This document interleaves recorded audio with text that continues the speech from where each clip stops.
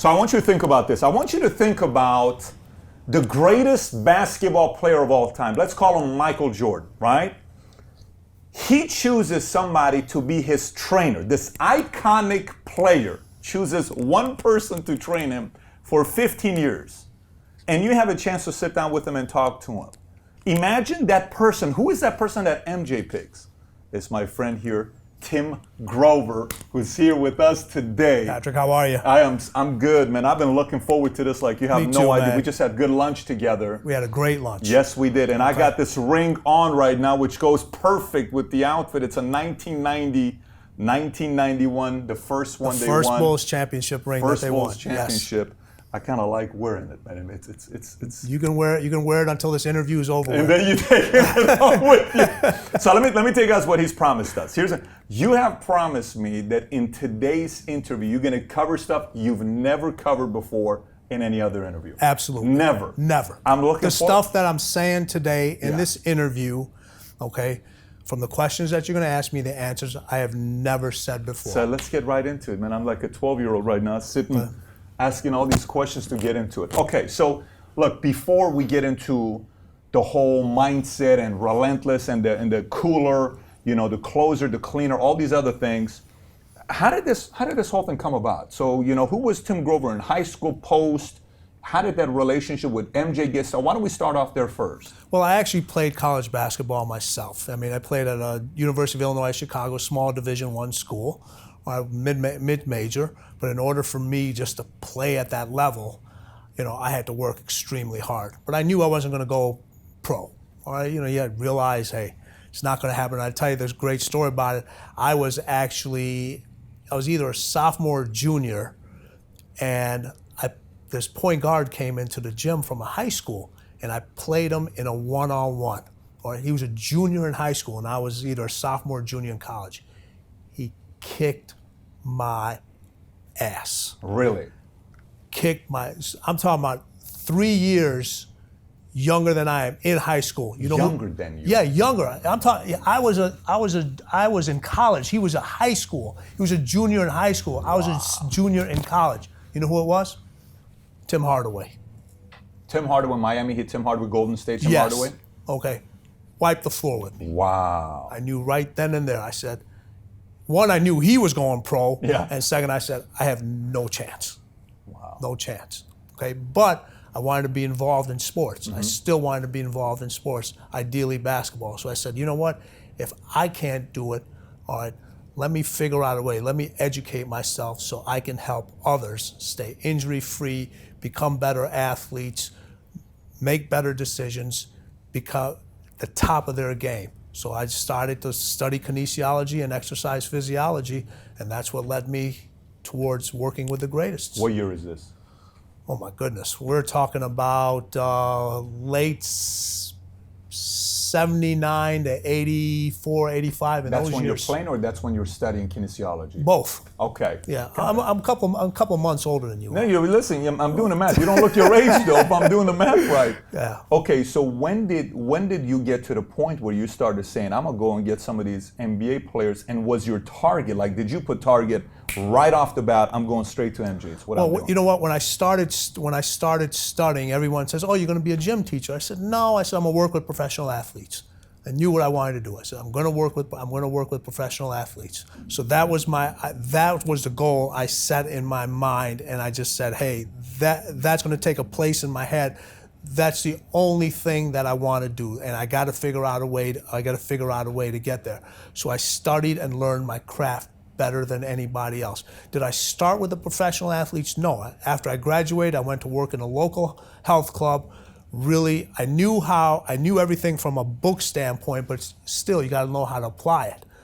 Okay, so I, worked with anybody I could. These are not pros. These aren't pros. I'm talking about housewives. I'm talking about individuals that just want to get in shape. People that have had injuries from different sports. Kids, anybody. Just kind of developing programs, implementing what I've learned, and actually being able to apply it. Mm-hmm. And once I started to look at that craft, I said, okay, now I'm starting to figure out how to actually apply this stuff and how to use it and put the formulas together and put the workouts together and do all these different things. I mean, stuff that they're doing now from a workout standpoint, I was doing 30 years ago. Wow.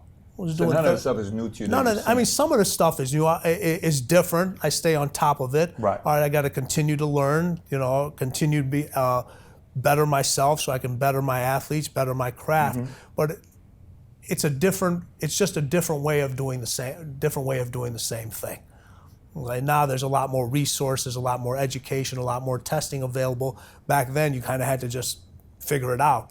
And I think that's there was no YouTube. There was none of this online stuff to go to and research, right? But see, I also think now is the ability that you have all this stuff now, people just can't figure it out. That's one of the things that's taken away from individuals now. Okay, because they have all this vast information, and there's so much information available, and there's so much help out there that everyone's always looking for somebody else to figure out stuff that you should be able to figure out yourself. So Tim, how do you pick and choose who to listen to?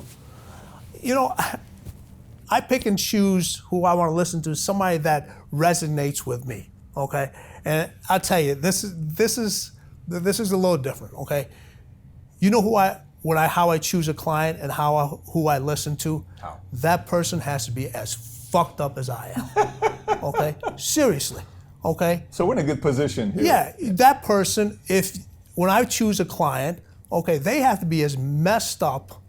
When you say messed up, you're saying crazy, off chip, dark side, vice. Yes, I'm talking about addicted, everything to being great. They gotta want it.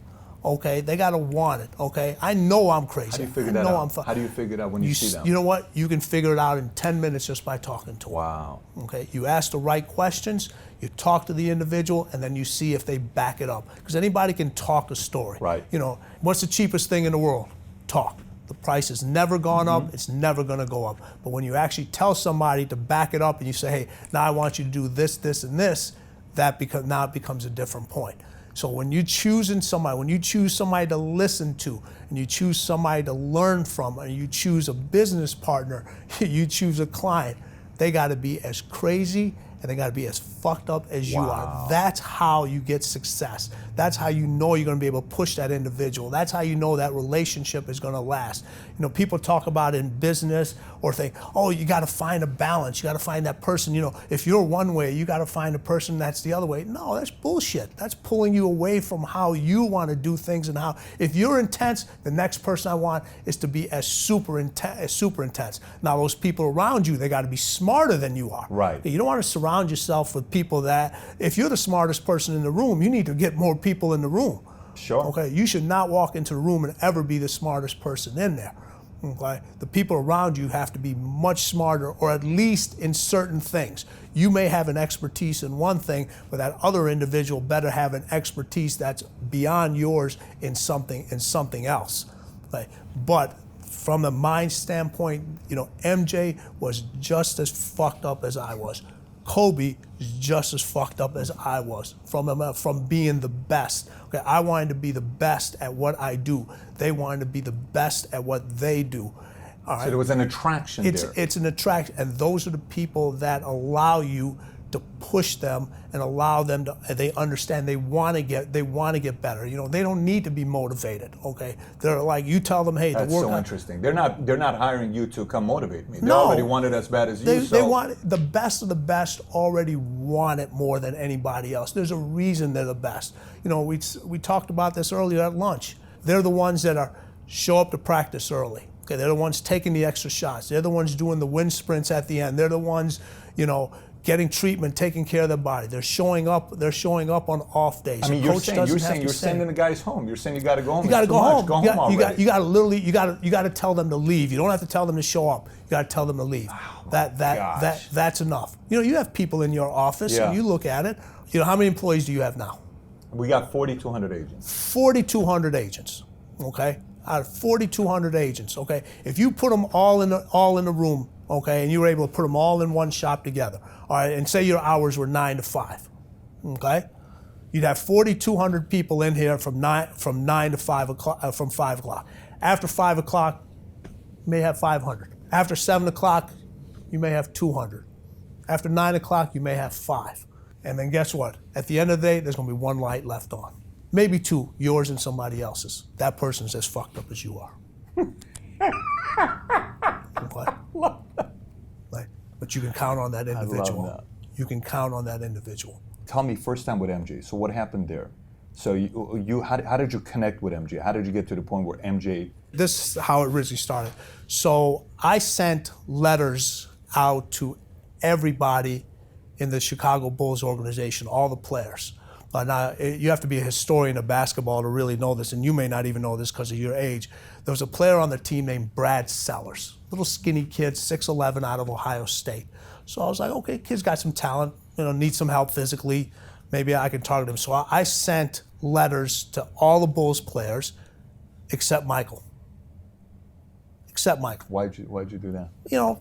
I'm a young kid. He doesn't need any help. Got it. He's going to be great. He's going to be all that. I get one phone call back. Guess who it's from? Michael. There you go. The best of the best wanted to get even better. The guy who didn't get the letter The calls guy who you. didn't get the letter went and got it out of somebody else's locker and told the athletic trainer and the team doctor at the time, talk to this guy. Okay, talk to him.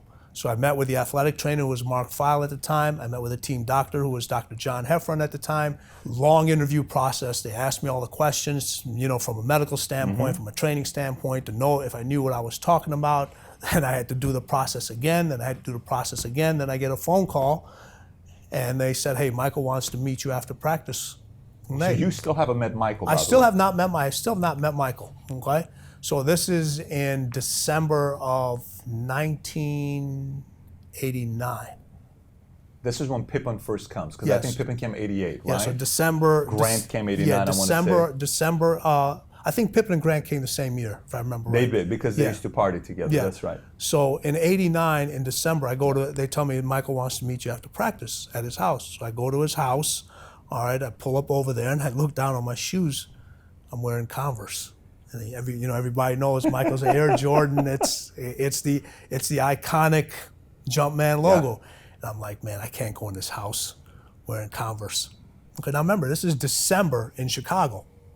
It gets kind of cold. Yep, Windy City. All right, so I take off the shoes. I got holes in my socks. I'm like, oh. I said, all right, I can't have this guy. So I take off my socks too. I knock on the door. He opens up the door, and the first thing he looks down, he goes, and I said, Michael, hey, real clean house. I wanted to take off my shoes and socks. I'm gonna leave them out here. He said, okay. So I come in. He says, introduce myself to him, tell him my background, tell him what I've studied and so forth. And he goes, all right, how can you help me? And I go through all the process of how he's had these nagging injuries and why he's had these things and what we can do to alleviate these things and help him, feel better and be allowed to perform at a higher level. And he just goes, this just sounds too good. I said, no. I said, this is actually, I can lay this out pretty much. I said, I can tell you how you're going to feel in 24 hours, how you're going to feel in 48, 72. This is exactly what's going to happen. All right. And Are you guys the same age? Are you? We're pretty close. I think I always lost count. I'm either 52 or 50. I'm a 64 baby, okay. And Michael's 62, so he's 2 years older than I am. So you're still younger than him. I'm still. And he is listening to you. Yes. Okay. All right. Age has got right. nothing to do with. Some cats say, well, this person's older than me. They're not going to listen to me. No, age has got nothing to do with knowledge. Okay, I don't come across as an expert at what he does. I come in as an expert at what I do. Okay, and there's a lot of individuals out there that try to come in and they try to become experts at everything. All of a sudden, you have trainers and so forth that if they're working with a baseball player, they're all of a sudden teaching them how to swing a bat or how to throw. No, do what you do. Do what you do. So when I got with MJ, I did what I say. This is what I do. Now, do I know about the game of basketball? Yes, I do know about the game. As much as he does, no. But that's where my learning process comes in. He's going to learn from me. I'm going to learn from him. He said, let's try this out. So I give you 30 days. But 30 days turned into 15 years. 15 years he stays with you. 15, and that's key there, because a lot of individuals now, okay, especially in this generation, not only from a training standpoint, but from a knowledge standpoint, they're jumping from one thing to another. Yeah. You know, they're using this trainer this week, they're using another trainer next week. You know, they're using this person as a mentor on YouTube, then they're using this person over here. Okay, and they're getting all this conflicting information. Okay, you gotta master what you're going to master. Okay, you have to figure it out. Too many people are jumping from place to place to place. Michael, Kobe, all these individuals, they mastered one aspect of the game. When they mastered that aspect of the game, then they moved to another aspect of the game. You know, how many individuals, you have 100,000 people following you, okay? You put content out on a regular basis. And what are people always asking? They want more content. They want more content. They can't remember what the fuck you said 2 days ago. That's right. Okay, and they're already on to the next lesson. You got to master that stuff first. That's such a message I'm aligned with. I mean, Tim, Okay. I'm 100% aligned with that message. So he stays with you for 50, he keeps you for 15 years. I did basketball, I did the retirement, I did baseball, I did back to basketball. all of it? I did all of it.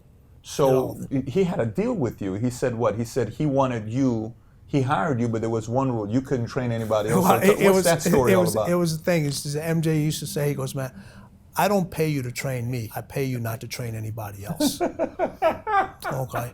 Now, for the first 3 years I was with him, he didn't allow me to train anybody else.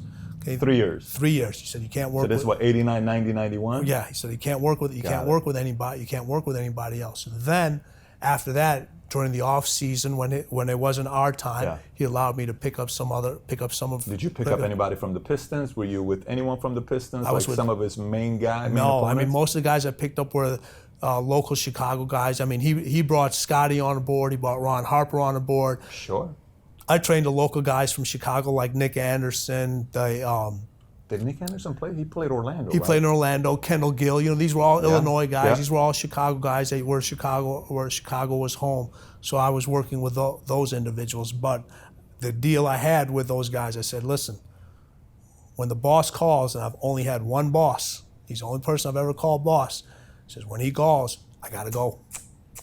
And as long as you guys have that understanding, we're good.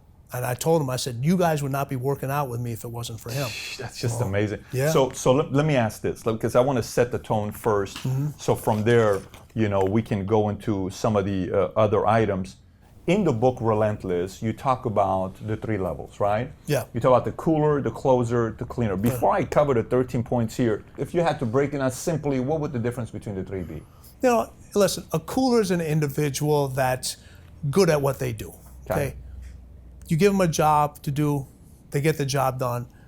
The results are what you expect. There's nothing great, it's nothing exceptional, it's adequate. You have a closer is an individual that gives you those exceptional results as long as you give them a game plan and as long as too many variables are thrown at them, okay? Then you have the cleaner. The cleaner is going to get you that end result over and over again, and this is key. Elevate everybody around him. He or she is going to raise their game, and he's going to deliver that result numerous times. Not just one or two Not just one. No matter what's thrown at them, no matter what variable is thrown at them. They have the ability to focus. No matter what variable is thrown out. No matter what variable is thrown at them, Yep. okay? And you know, when we talk about sports, okay, you see all these individuals, they've got to deal with injuries, they got off court. You know, they're human beings just like everybody else. But the cleaner never brings that stuff to work. Never brings it to work. Once they step on that football field, that baseball diamond, the soccer field, the basketball court, No one knows. it doesn't matter. It doesn't matter. You know, you have individuals here, when you see somebody's productivity at work fluctuate up and down, right? It usually has nothing to do with what's going on at work. It's usually what's going on in their personal life. What an incredible item to cover. Okay? And they bring it to work. Yep. Cleaners don't bring their personal shit to work. Yep. They don't. Okay? Michael had Can you learn that, or is that something that you either? all of this can be learned. All 13 of them. All of this can be learned, okay? And we talk about this in the Relentless system, how you're not born with this. This is something that can be learned. But what happens is everyone's going to hit adversity. Yep. Okay? Everyone's going to hit adversity. It's how you deal with that adversity. And the key word is you, not letting somebody else deal with that adversity. You have to deal with that adversity. And how you deal with it. Are you going to fight through it, or are you going to curl up and just roll over into the corner? Is going to pretty much determine how the rest of your development from a mental standpoint is going to carry you. You know, people talk about this. People talk about this all the time. You know, losing builds character. Okay, well, how much fucking character do you need? Seriously, all right. You want to keep losing. Hey, listen, I'd rather have a person win who has a little bit of Craziness. character, Yeah. okay, who's a little nuts, and a person that loses all the time and has got great character. At some point, you got to start winning.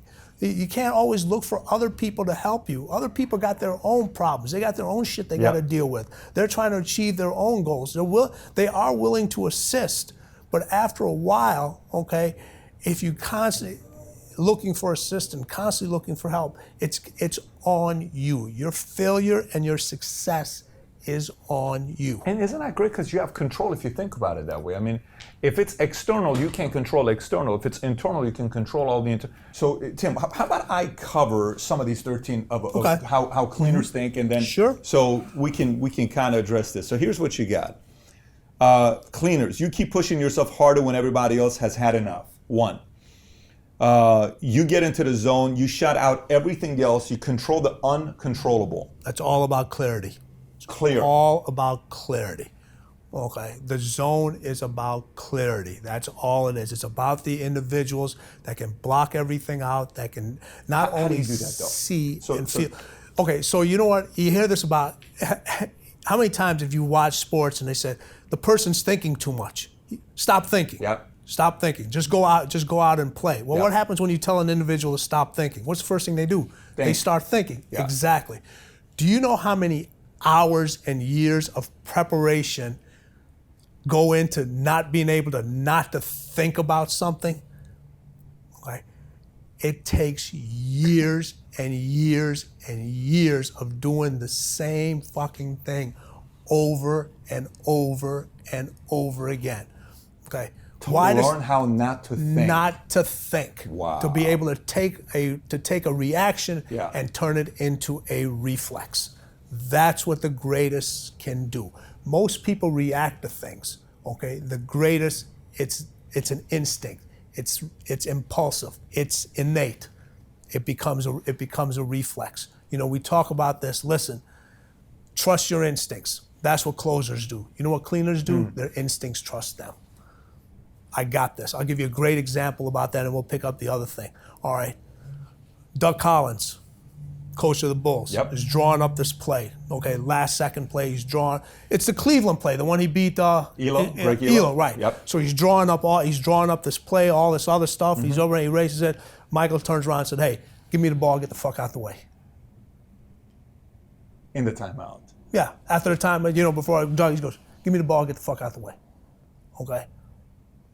That's the don't think. Okay, that's the point where, hey, listen, my instincts trust me. Give me the ball, just get the hell out the way. I'm winning this game. I'm winning this game. But that game-winning shot wasn't made there. It was made many years before, in the dark gym by himself with somebody rebounding the ball, whether it was me or somebody else, shooting that same shot over and over and over and over again, saying, no, if I get to this spot, I don't care if there's 10 hands in front of me. If I get to this spot, the shot's going in because I've done it over and over again. And we see it over and over again on commercials now, everywhere. That's clarity. Yeah, clarity. Now, obviously, he had it at the highest level. Okay, so the third one, we got, you know exactly who you are. You know exactly who you are. Okay, the key, that one, your obligation to yourself, okay, has to be greater than anybody else's obligation to you. What does that mean? Okay, you get so many people that want shit for you more than you want it for yourself. Okay, your obligation to yourself to be the best, to achieve the highest level, has to be greater. The pressure you put on yourself has to exceed anybody else's pressure that puts on you outside. That's what that's why Tom Brady's able to come from, was it 28 to 28. Whatever it is, 28 to 3, whatever it was. Okay, because the pressure he put on himself is way greater than what anybody else could able to do. That's why when he doesn't have his top receivers, okay, you talk about clarity and being able to put pressure on yourself, and his obligation is greater to himself than it is what anybody else could put on him. Okay, why he can take average receivers and make them superstars? Because he elevates their game. He makes the game simple for them. You know what he says? This is what I want you to do, okay? You're gonna run 10 yards, you're gonna break left, okay? I'm gonna throw you the ball. It's gonna hit you in these 2 fingers right here.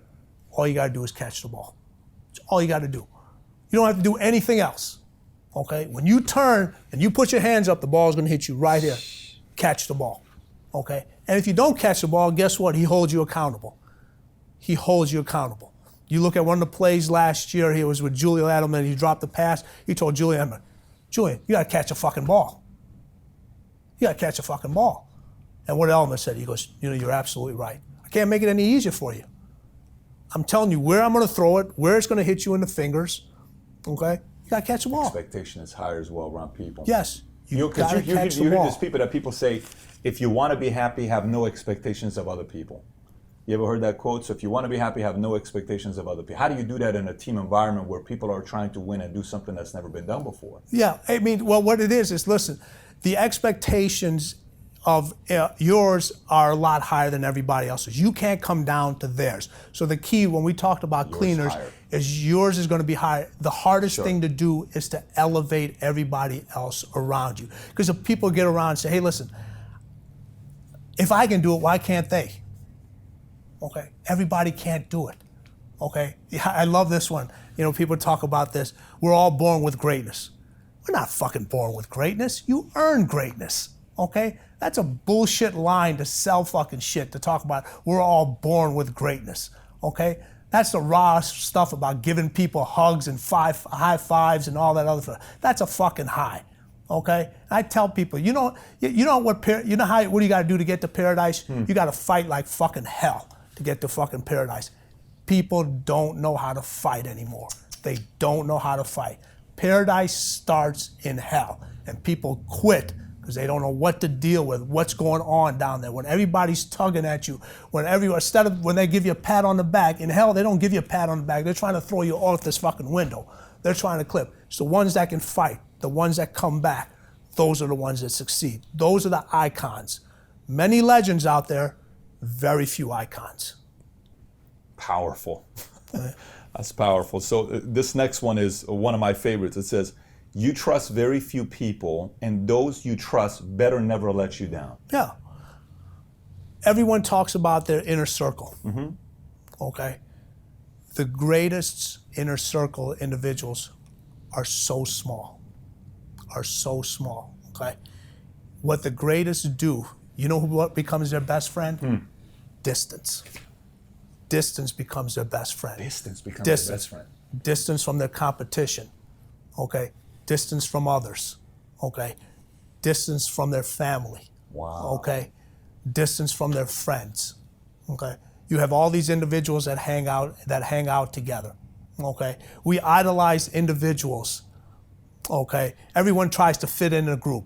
Okay? You're growing up. I want to be part of this fraternity. I want to hang out with these people. I want to hang out over here. Who do you idolize the most? The ones that stand alone. The ones that create distance between you and the competition and everybody else. Okay? You have all your friends. They may have all started off together, and what happens is when they know they can't keep up, okay, you create distance. Okay? You want them to come with you, but they don't have the ability to. They don't have the discipline. They don't have the sacrifice. So distance has to become your best friend in order for you to achieve the best at what you want to do. I know these are completely different thoughts than what other people tell you. Surround yourself with positive people. You know what that means? That means lie to my fucking face so I can feel good about myself. That's what that means. Okay? You need to surround yourself with people that tell you the fucking truth. When you're fucking up, they tell you you're fucking up. You made a bad decision. Now when you say you made a bad decision, now you got to go fix it. So now somebody says that to you. If this guy walks away and he's hurt and he's sensitive, then what do? You know what? I wait to see if that. Well, first of all, those are the individuals I won't even work with. There you go. So Okay. that's a filtering process for you. It's a So filter. if a guy can't handle you pushing him and giving you pressure, this is a filter for him. Yeah, exactly. You know what? And that's why in the category, we talk about the 3 different categories. You talk about your coolers, Right. you talk about your closers, and you talk about your cleaners. Now, this is where you got to be very careful of. You need all 3 in your company, your business, in your sport Sure. in order to succeed. If you only have one group of individuals, you're never going to make it, okay? But the thing you got to understand is you might have a cooler who's a cooler at work who comes in, does what their expectations are low, they do what they're supposed to do, they leave during their hours, but they might be a cleaner at something else, okay? They might be a cleaner in raising money for a charity, taking care of their kids, whatever it may be. So now when you try, but you see this, you see a different potential in them, and you're trying to say, hey, you know what? Man, if this person would work just a little harder, they could make so much more money. So, and you're thinking in your mind, I want to help this individual. I want to push them. This is what, but that's not what they want to do. Okay, that's not where their cleaner status is. Many people struggle with that, by the way, because you're hoping the person you like the most wants it as bad as you. Right. It's rarely the case. And exactly, and that's why we go back to what I said about your obligation. Okay, people have different obligations to themselves. Okay, we talk about can you be a cleaner in multiple things? No, you can be a cleaner in one thing. Now you can surround What did you yourself. tell MJ when he went to baseball? Okay, I didn't tell him he couldn't do it. Okay, we're gonna do whatever we can to make you as successful as possible. Now, there was a baseball strike that happened during that year. They wanted him to cross the line. This is nothing new. It's public information. He wouldn't cross a picket line. Right? Now, was he as successful as we wanted him to be? No. But to take an individual who wanted to try something and knew the scrutiny that was going to follow it, and the individuals just to have the mental aptitude to push himself and continue the same work ethic that he took in basketball, he took in baseball. Now, you know what they say, the hardest thing in professional sports is to hit a baseball. I kind of disagree with that. To me, the most toughest toughest thing in sports is to be an NFL quarterback, because a lot of baseball players are now hitting above 275, hitting the 300s. How many prize NFL quarterbacks can you name? Not that many. It's that's a personal opinion. That's interesting. Okay, that's just mine. But when you look at from, he hit in the 200s. I can't remember his average. All right, but the pursuit to try to get better every single day, regardless of what everybody else was saying, to go from staying in 5-star hotels when you're with the Chicago Bulls to staying at hotels where you can literally just walk up on the door and having a roommate. And instead of flying everywhere, okay, having to take a Greyhound, having to take a Trailways bus, okay, and not asking for special treatment. I'm one of the guys. I love that. I clearly remember that, and I love that. Okay, that's amazing, especially the part where you talk about distance. Fascinating. Here's the next one. You don't recognize failure. You know there's more than one way to get what you want. We're all going to fail at something. Everyone's failed at something. Okay? But it's only a failure if you decided to be a failure. Okay? There's just not one way of getting things done. Okay? When you have an individual and they make phone calls to sell your product, okay?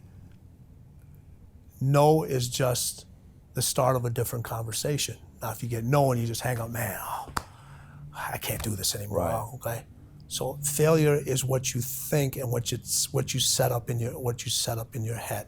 It's the individuals that can bounce back for that. Okay, people are going to say no. Okay, they're going to say yes. Okay, are you willing to understand why they said no? Okay, so it doesn't happen again to the next person. It might not be the right time. Okay, just because you don't win the championship one year, okay, are you going to say I'm a failure? Okay, yeah, you know what? You might have not reached the ultimate goal, but next year you retool, you figure out a different way. What do I have to do? The one thing that MJ did every single year, and Kobe did this also, is I have to add something new to my game. Wow. Every single year, okay? And this is what separates the greats of the greats from everybody else. And this is, like I said, I'm going to give you something new that I've given you some nuggets already. I'm going to give you some more. They have talent, okay? The greats, everyone's got talent in something, okay? Everyone has talent in something. But do you have the intelligence that goes with that talent, okay? A lot of people are talented in a lot of things, okay? You got individuals that can run so fast, okay? Or play in a pickup basketball game that look unbelievable. But now when you put them in a setting where you have to have some intelligence, where they have to think about the plays or think about the defense, okay? Think about, have you ever seen the size of an NFL playbook? I mean, it's about this thick, okay? Now those people have to, your greatest quarterbacks, they know all the plays, and they know all the plays of everybody, all their teammates. So, you know, a lot of plays aren't like, what they do is the receiver runs out, okay, and they throw to a spot. They don't throw to the person. Okay, the play is, hey, you're gonna run 7 yards, Yeah. You're gonna break left, I'm gonna throw the ball. You run 7 yards and the receiver breaks right, the ball's going in the wrong direction, okay? So with the talent has to become the intelligence. With the intelligence has to come the competitiveness. Okay. So when you got individuals that are extremely talented, Intelligent. intelligent, Now it's competition, competitive. and they're competitive, okay. Now you're starting to put the pieces together. Would you say Okay. would you say Kobe and MJ were at a whole different level at that than everybody else? Whole different level. But now when we talked about failure, this is the key point in this one right here. Resiliency. Resiliency. When things go bad, when all the bullshit starts to come in, okay, when everybody's pulling you in different directions, telling you, you can't do this, you can't do that, you're not this, you have the resiliency to show them, okay? You can't win the championship leading the league in scoring. I'm gonna show you, okay? You only play one side of you only play offense. Play defense, yep. I'm the defensive player of the year. That's right. Okay, all right. You win the dunk contests. Okay, everything that says I can't do it, they've done. That's resiliency. When you have those four things, and I don't care if it's in sports, it's in business, you have to have those things. Otherwise, failure is going to kick your ass over and over again, because so many people have one of those four. Yep. You got a lot of people that are talented. You got a lot of individuals that are competitive. You got a lot of people who have the intelligence. Okay, but you can have the intelligence in something and not be talented at it. So now you have to find something else. So like, when I was talking about, I had the intelligence in sports performance and in basketball, how the body moves. I didn't have the talent to be a professional basketball player. So you were self-aware of it. Exactly. Okay. So all these things tie in together. That's why when you talk about the 13, everything is labeled number one, because they all tie in together. They all tie in together. I like how you explain that. Okay. So we got talent, intelligence. Let me see if I got this. Talent, intelligence, competitiveness, resiliency. The four combined together. Yeah, I love that. Those are the individuals. Any business individual. Listen, I just met you. Okay, never talked to you before. Okay, you're obviously extremely successful. Okay, you can't be successful if you didn't have all these four traits. Okay, I know you're a competitive motherfucker. I can tell by just looking at you on that. Okay, you're extremely talented at what you do. Okay. I'm not here to kiss your ass. I don't get any. I'm not getting another hit by kissing your ass on this YouTube link. Okay, if you weren't doing shit right, I'll be the first one to tell you. Okay, you have your intelligence, you have your talent. You can't be in your line of work if you're not fucking competitive.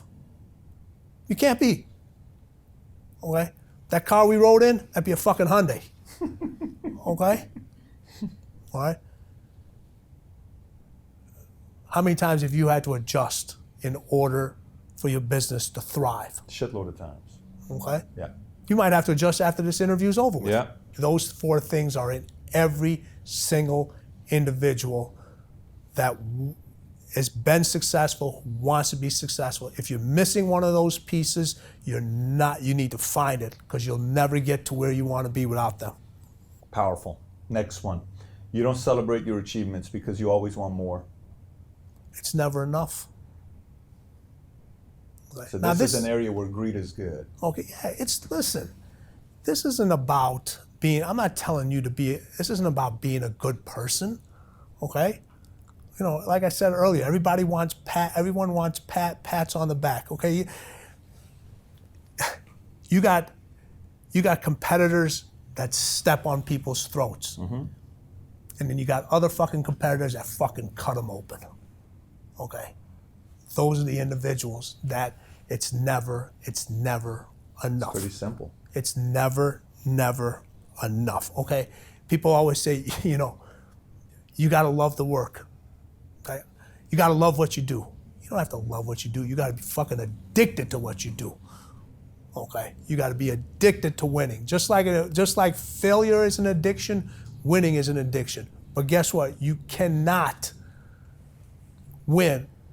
You have to trade one addiction for the other. So if you're constantly losing, you gotta trade that addiction for winning. But here's a problem. When you trade one addiction, guess what? Then you gotta trade another addiction. Then you gotta trade another addiction. And you gotta trade another one, okay? Okay, you cannot work short hours. You gotta work long hours. You hear people, oh, here's one for you. I love this one. And it fucking drives me crazy, okay? This one drives me fucking crazy, okay? You gotta work smarter, not harder. You gotta work smarter and you gotta work fucking harder. You gotta fucking do both, okay? You cannot do one, okay? They work together. You gotta work smarter and you gotta work harder, okay? So you're telling me, okay, to work smarter but to work less? No, that's not gonna happen. You're gonna tell me, I'm gonna tell one of my athletes, okay, that, hey, listen, you know what? You only need to practice 4 hours a week. They'd be like, are you fucking crazy? It's not gonna happen, okay? Now, you need to tell me how to be more effective in what I'm doing. That's the smarter side. Okay, that's the smarter side. But you're not gonna tell me I gotta work less. Got it. How obsessive of a worker was MJ and Kobe? If I could think of another word than obsessive, put that on there. Wow. You have to be obsessive. You have to be obsessive. You have to be addicted. You have to be disciplined. Okay? The key there is you. Everyone else is looking for other individuals to do stuff for you. Stop looking for fucking help from everybody else. Okay? It starts and it ends with you. Your identity starts and ends with you. Nobody else has changed your identity. Okay, you changed your fucking identity, all right? And you're the only individual that can change it back. You know, that success, oh, you've become successful. I bet you get this one all the time. Man, you've changed. You've changed, okay? No, you haven't changed. Everybody else around you has changed. All success has done is magnified who you really are, okay? If you're a fucking prick when you had no money, you're a bigger prick when you have money, okay? If you were charitable when you didn't have money, you're going to be more charitable when you have money, okay? It's the other individuals around you, okay, who didn't see the work that you put in, the time and effort, the dedication, the hours that nobody else saw here, the sacrifices, missing your kids' events. Not because you want to. Nobody wants to miss nobody wants to miss any of their kids' performances, sports, games, or so forth, okay? But it happens. It does happen. You try to limit it as much as possible. We'll get in this later on, about balance. That's one of my big things. Everyone talks about balance. You know how I feel about balance. We'll get to that. Next one is a favorite. This one is one that when you read the book, you're like, wait a minute, what's he talking about here? You have a dark side that refuses to be taught to be good. Everybody's got a dark side, whether you want to admit it or not. Everybody's got one. It's the individuals that can tap that dark side, okay, that know how to use it, that know how to control it. And everyone talks about dark side as it being bad. It's not about being bad. It's about something that's unique to you, okay? It's what fuels you. It's what your desires. It's your ego. It's your fucking greed. It makes you separate. It's what lights your fire. Instead of having somebody else light your fire, the dark side keeps your fire lit. It's something that's unique to that individual, to you, that pushes you, that nobody understands. Only you understand it. And you see it a lot of time in athletes. When it gets out of control, it's, athletes, business, politicians, all that other stuff. It can destroy you. But the individuals that can control it, harness it, acknowledge it, know how to use it, it takes them to a completely different level. Masks, I love to talk about masks and so forth.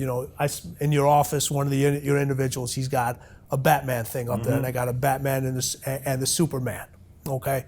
So we talk about this. You look at an individual. You look at Clark Kent, you look at Bruce Wayne. You look at Batman and you look at Superman. Which is the real alter ego? Is it Bruce Wayne or is it Batman? Everyone says Batman and Superman is the alter ego. No, it's not. That's who they really are. Okay, when they take the mask off, they become somebody else. Wow. Okay. When they take the That's mask powerful. off, they become somebody else, okay? That's who they really are. Batman is who he really is. Superman is who he really is. You get individuals that are so intense at work, okay? What happens when they come home? You cannot be that intense at home. So what do? Okay?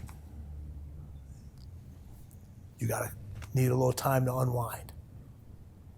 Okay, you got to sit down. You become your alter ego when you go home. You are who you are when you're at work. There's things that you do here in your office from a business standpoint you would never do in the house. Sure.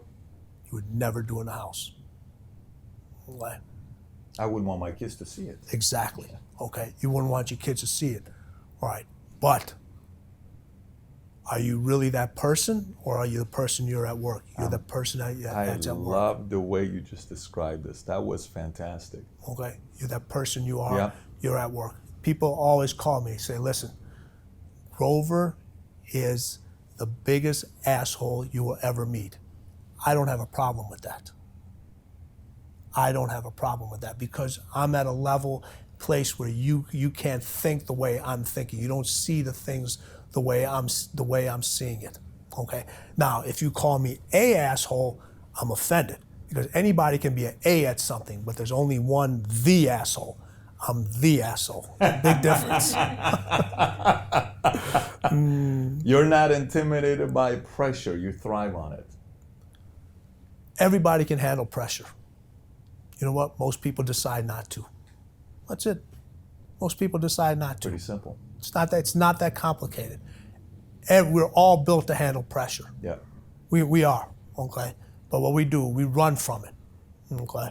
And what happens? People, I'm stressed. You know what stress is? Stress is just pressure you decide that,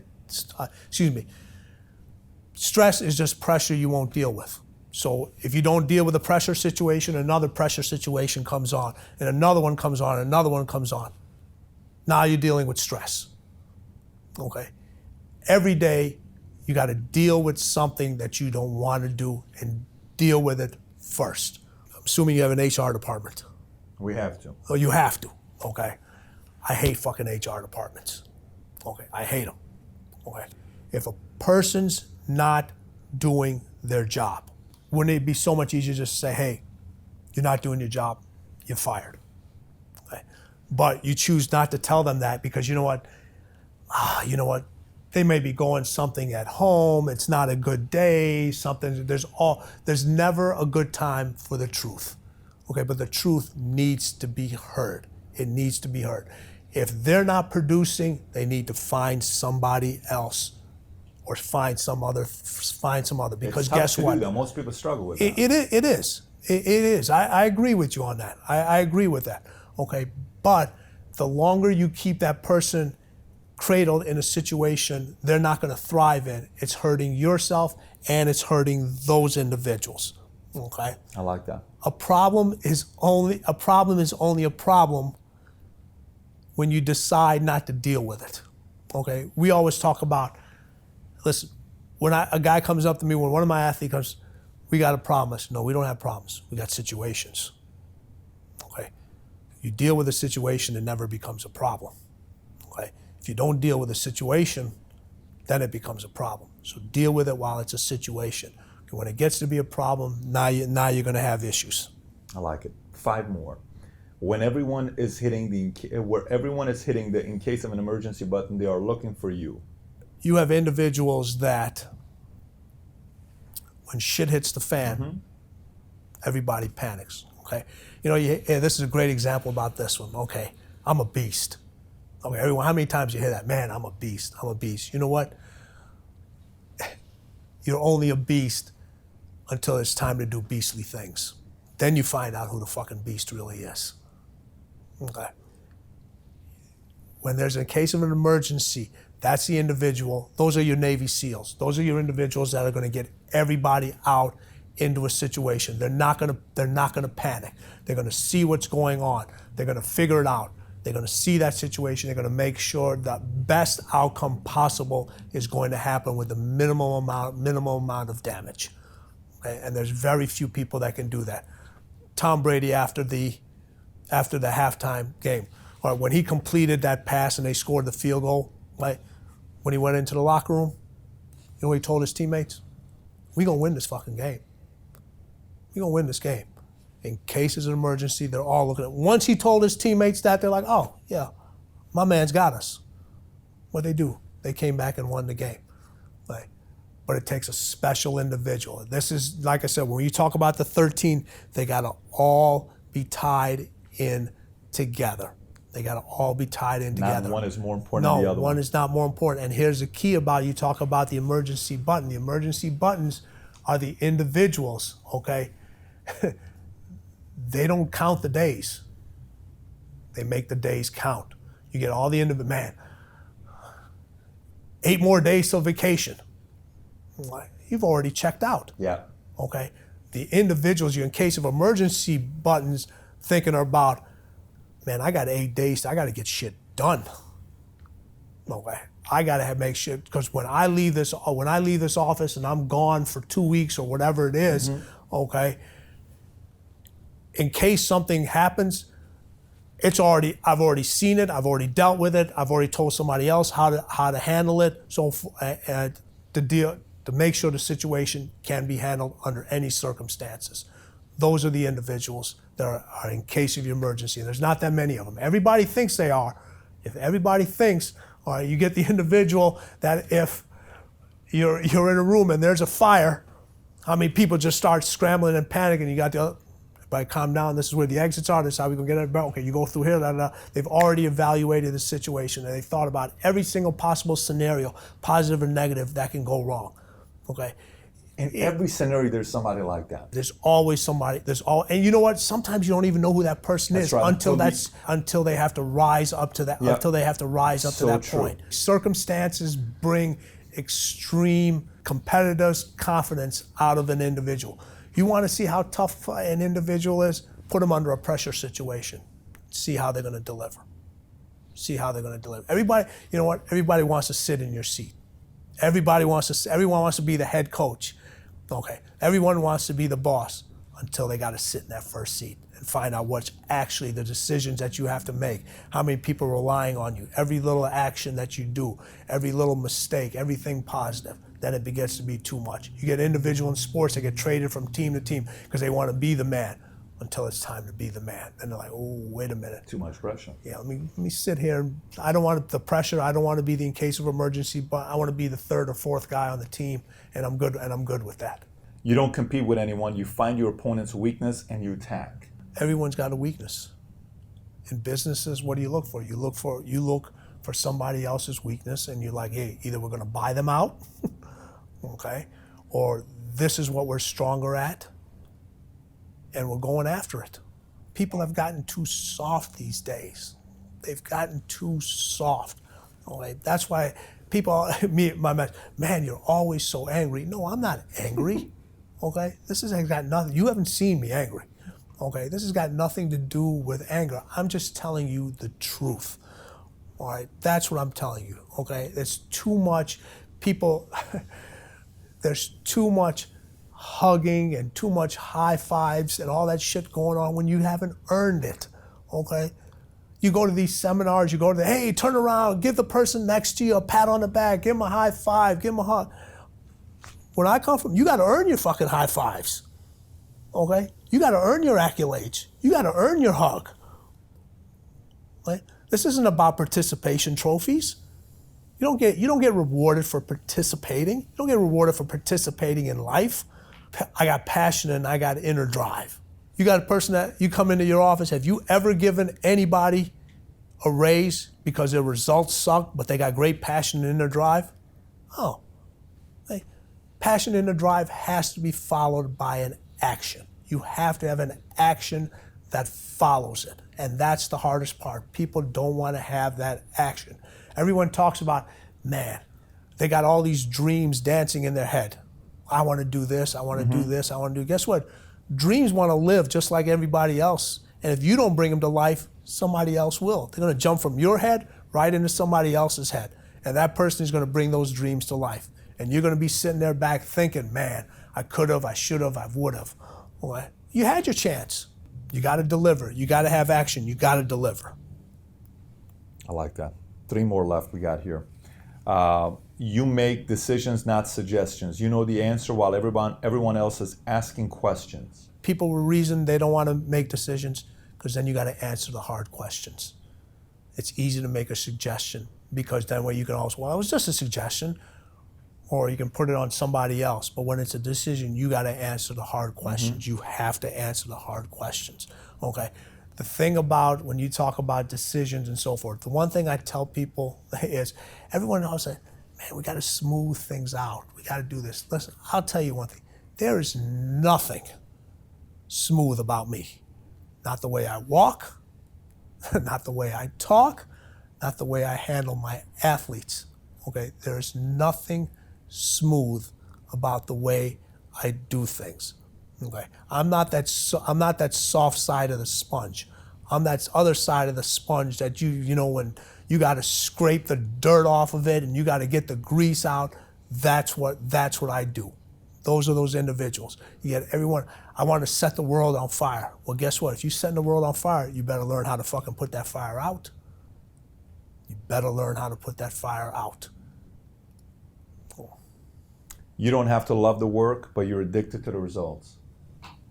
We talked about this a little bit earlier. You know, everyone talks about, man, you name one individual. We have quite a few individuals in this room right now. You and I are talking. You're going to sit here and tell me that you love everything about your job. Every single bit of it. No, that's bullshit. You don't love everything about your job. There's certain things that you just people love the long hours? No. People want to getting up the phone calls. Do I like having to watch a game at 3 o'clock in the morning? But no, I have to be prepared. But I'm addicted to the result. I'm addicted to the result, okay? And when you're addicted to the result, you need individuals that are around you, okay, that are there to educate you, not entertain you. And you see, the biggest fall of an athlete is when they surround themselves with individuals that entertain them, and those are your yes people, instead of individuals that educate you. Surround yourself with people that are going to educate you. That's what I do to my athletes. That's what the athletes do to me. when I've crossed over into different sports, I've had to learn the nuances of, what a quarterback has to go through, what a, baseball, right fielder, a hitter. Okay, those individuals, I don't want them to entertain me with jokes and, their entourage and so forth. Okay, the majority of my guys don't have entourages because they keep their inner circles small. All right, I want them to educate me just like I'm educating them. Powerful. Powerful. And last but not least, you'd rather be feared than liked. It's not a popularity contest. When your individuals get on the phone, okay, what's their job? To sell. Mm-hmm. The job isn't to make friends. Right? You may make some friends along the way, but it's your job, okay, to get those results. The competitors are feared. They are feared. Okay, and you know how they handle fear? Okay, you work out, mm-hmm. right? Okay, how do you make your muscles grow? Through resistance, right? Sure. You lift weights, you want them to grow bigger, you add more resistance. All right. It's the same thing in business. It's the same thing in life. It's the same thing from a mental standpoint. You have to add resistance. Do you think people crack when there's too much resistance and you kind of start learning about yourself and the people around you? Right, but that's again like if you add too much weight, you're not going to be able to lift. You're not going to lift. You're going to hurt yourself. So you're not going to. There's next phase. This is your next phase. But you need to continue to add. You need to continue to add resistance. Just like that's how your brain grows. When people when they run from pressure and so forth. Okay, that your brain needs that pressure. It thrives off of it. That's how it grows. That's how it wants to be rebooted. That you talk about individuals. You get an update on your phone on a regular basis, right? You get a new app, you get this, you get a new phone, you move up to an iPhone 7, iPhone 8, wherever the hell they're at, the Galaxies, all these different things, okay? And you do this, you change them. When's the last time you fucking rebooted this? When's the last time this got a jolt? When's the last time this got a charge? It needs to be challenged. It needs to be worked with, okay? And those are the individuals that you're fearful of because they're never satisfied. They always want more. They're going to educate themselves. They're going to become better. Those are the individuals that are feared. You go into a company, if you're selling a policy and you're the best at what you do, and somebody else is selling a policy and they walk into an office and they see you sitting outside in that office after they made that presentation, they should be coming out of there and saying, oh, fuck, we got no chance. They got a better product. The person's going to know the product better. They offer better service. They got better customer individuals. They got everything. That's what I'm talking about fear. That's what I'm talking about fear. You'd rather be feared than liked. So here's as we get to the closing, because I'm really curious about talking about the program that you have as well that people can participate in and learn more about. Tim, why is it worth it? I mean, somebody could be watching this saying, oh my, you want me to go through this pain, you want me to go through resistance, you want me to go through this, you want me to work hard. Why is it worth it? I mean, is the part about being worth the price you're going to pay, is that an individual thing, or can somebody who's sitting be inspired to say, listen, I got it, it is worth it, I'm going to give everything I got to this one thing. When you say mastery, I'm going to give everything I got to this one thing to master, but why is it worth it? Because the results are so fucking good. It feels so fucking good when you can get there. It really does. And people always fall just a little short just right before they get there, okay? And what we're trying to do is, what the Relentless system does, it's a mindset. Before you have an exceptional skill set, okay, you have to have the right mindset. You have to have a great mindset.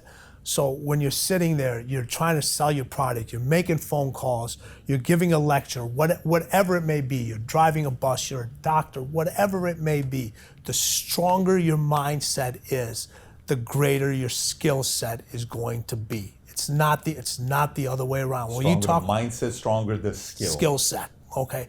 Michael and Kobe weren't the greatest athletes that I've ever worked with. Okay.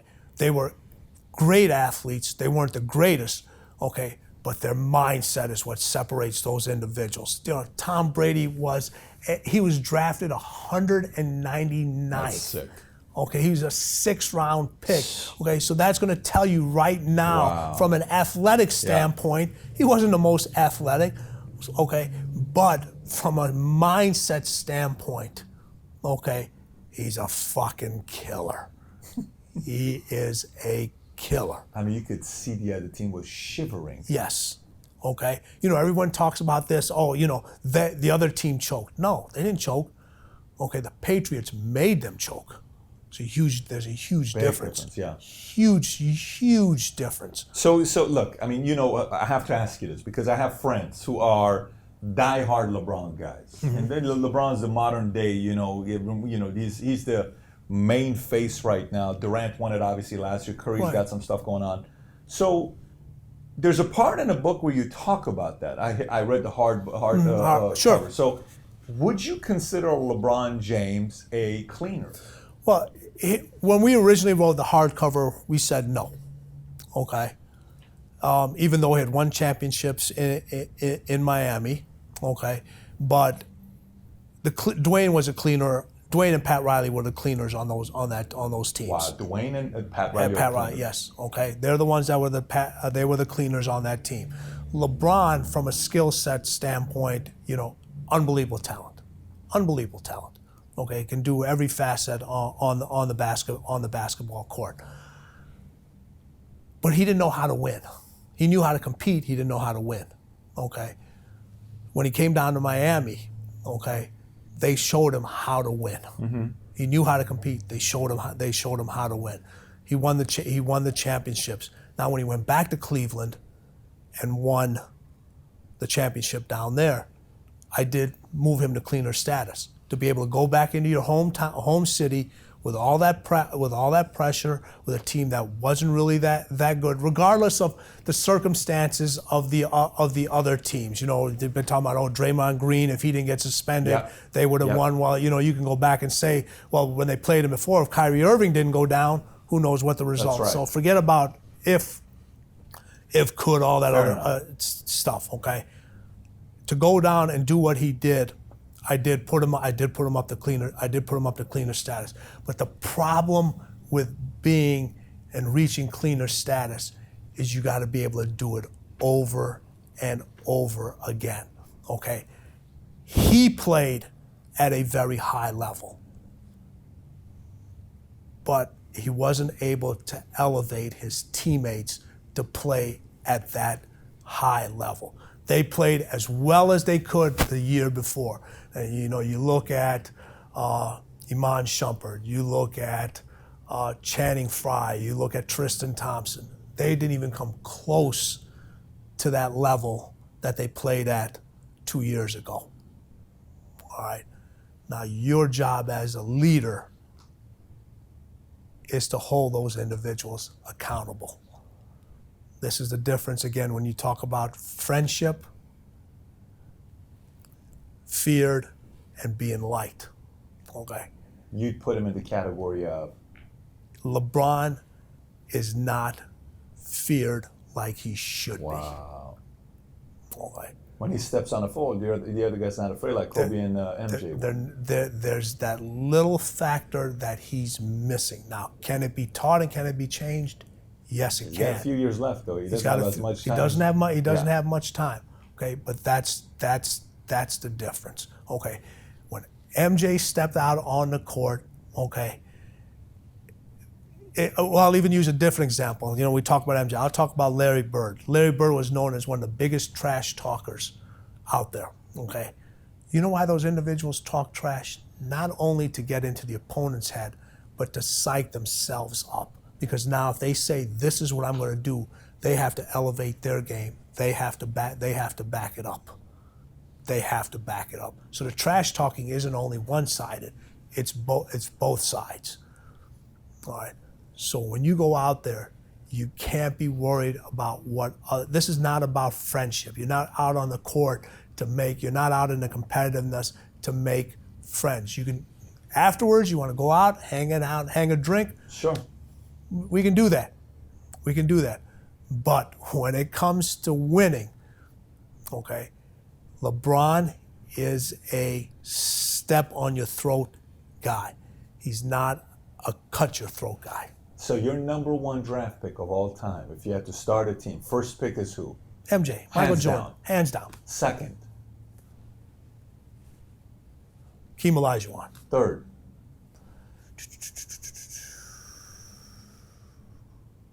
Kobe Bryant. Four. Hakeem Olajuwon is second, huh? Isaiah Thomas. Five.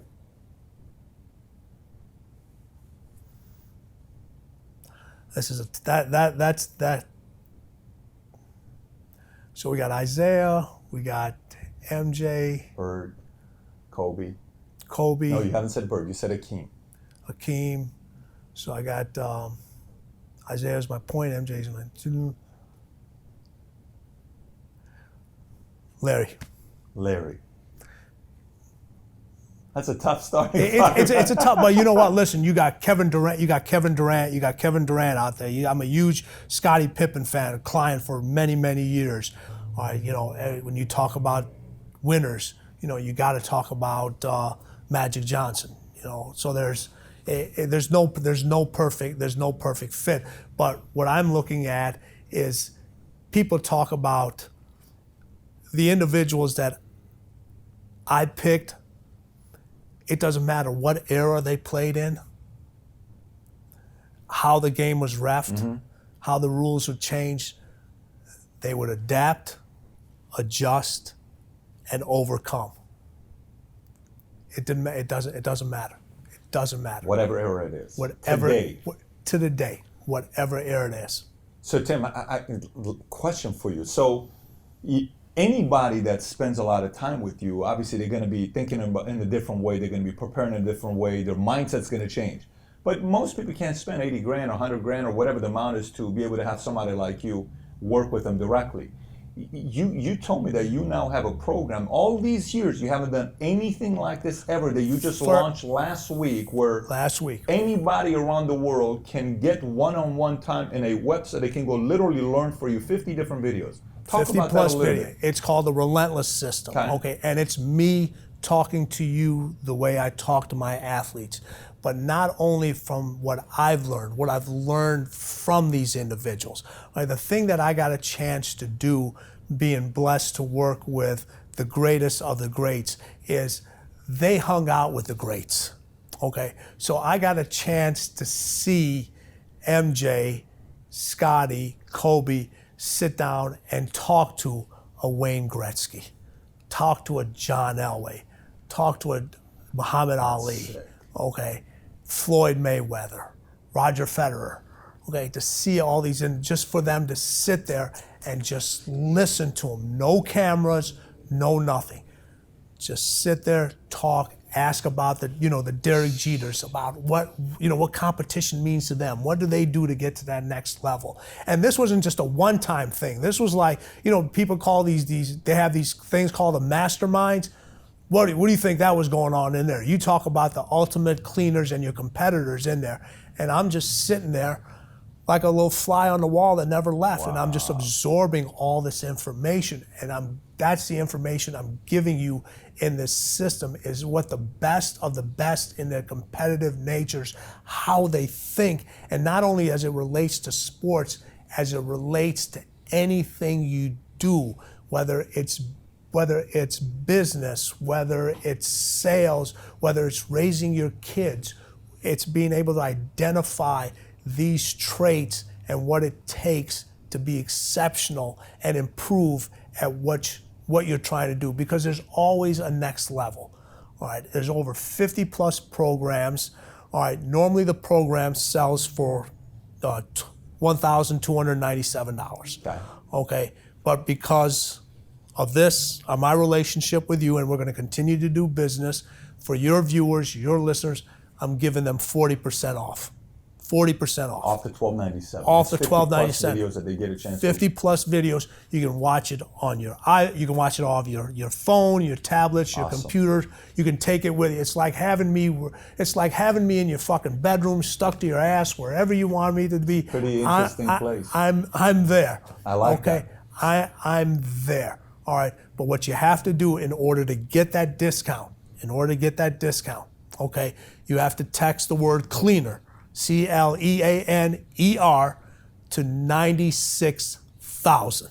If you text cleaner to 96,000, you get that discount. Cleaner to 96,000. Yes. Then the information sent to them with the 40% discount. 40% and discount. Then they sign up and go from there. Sign up and go from there.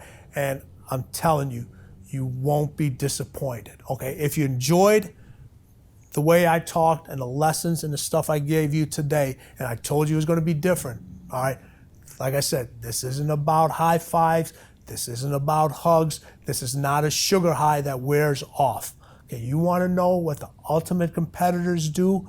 Okay, how they think, how they act, and why they're so successful. And this is, remember, success is, you measure what success is. It's, for some individuals, it's money. Okay, for other individuals, it could be happiness, it could be charitable things, it could be whatever. The definition of success is something you decide of what it is for you to be. All right, this will help you get there. Here's what I can tell you. Harrison, we were talking about Harrison, Steelers linebacker. What's James Harrison, right? I mean, just 95. I think his number is 95. Is it 95? I think it's 95.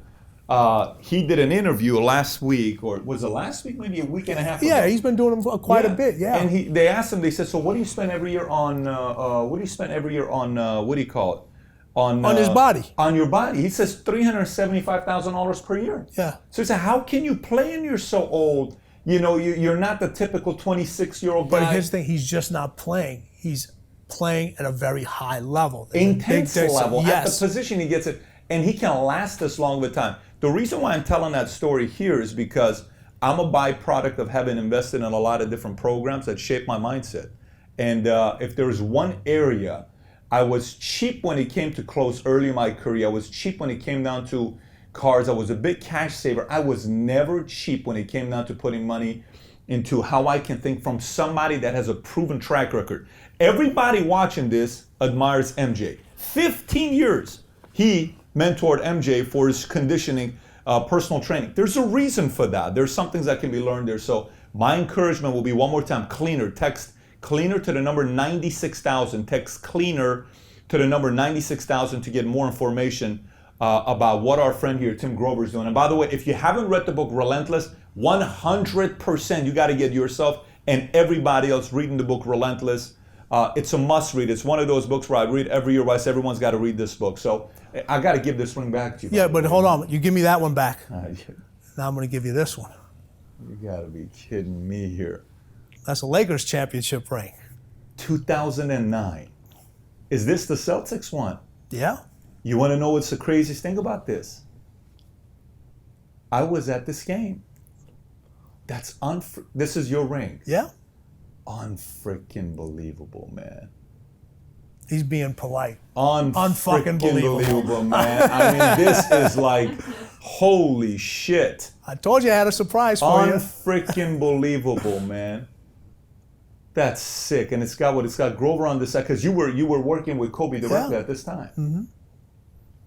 So you got one from Bulls, and you got no. I got six from. Hold on, let's get this straight. I got 6 from Chicago. And you got one from. No. Okay, I got 6 from Chicago.